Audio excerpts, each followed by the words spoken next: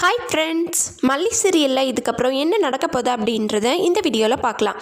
இப்போது நம்ம மனோகர் எடுத்திருக்கிற அடுத்த பிளானாக இருக்கிற இந்த டிஎன்ஏ டெஸ்ட் ரிப்போர்ட் அது நம்ம மல்லிக்கு சாதகமாக அமைஞ்சு இந்த கதிரேசனும் இந்த ரேணுகாவும் அப்பா பொண்ணு இல்லை அப்படின்ற மாதிரி டிஎன்ஏ ரிசல்ட் வரணும் அப்படின்னு சொல்லி நினைக்கிறவங்க மறக்காமல் ஒரு லைக் போட்டுக்கோங்க.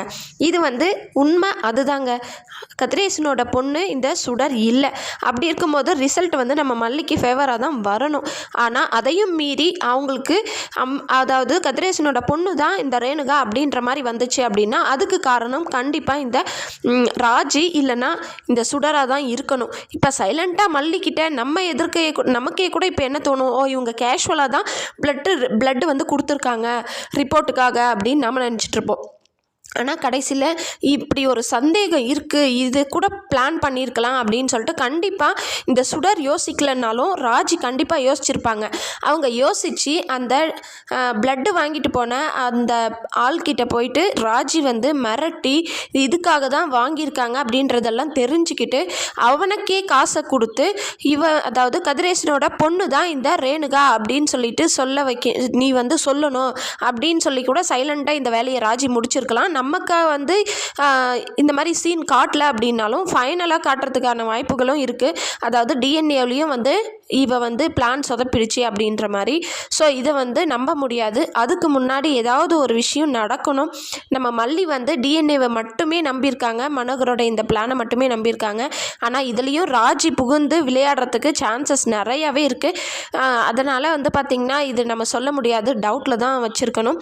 இன்னொரு பக்கம் கல்யாண மண்டபத்திலேயே இவ கல்யாண வாழ்க்கைக்கு தகுதி இல்லாதவ, இவ ஒரு மலடி அப்படி அது தெரிஞ்சு தான் என் தம்பி ரேணுகா கழுத்தில் தாலி கட்ட போகிறான் அப்படின்றது மண்டபத்திலே வச்சு எல்லார் முன்னாடியும் அசிங்கப்படுத்தி அவளை அப்படியே அதாவது வெளியே துரத்தணும், இனிமேல் வீட்டுக்கு வராத மாதிரி அப்படின்னு சொல்லிட்டு இந்த ராஜியெல்லாம் பிளான் பண்ணியிருக்காங்க.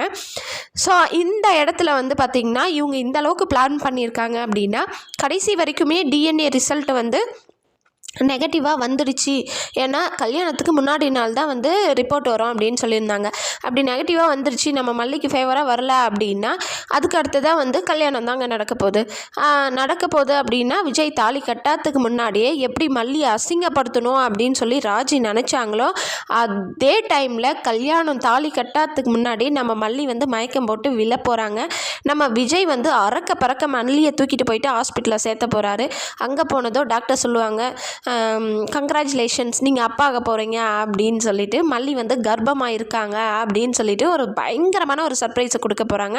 அவ்வளோதான், கல்யாணமும் நிற்க போகுது. அடுத்த கட்டமாக வேறு ஏதாவது ஒரு காரணத்தினால இவ ரேணுகா இல்லை சுடர் அப்படின்றது நிரூபணமாக போகுது. ஸோ இந்த மாதிரி நடக்க சான்சஸ் இருக்குது.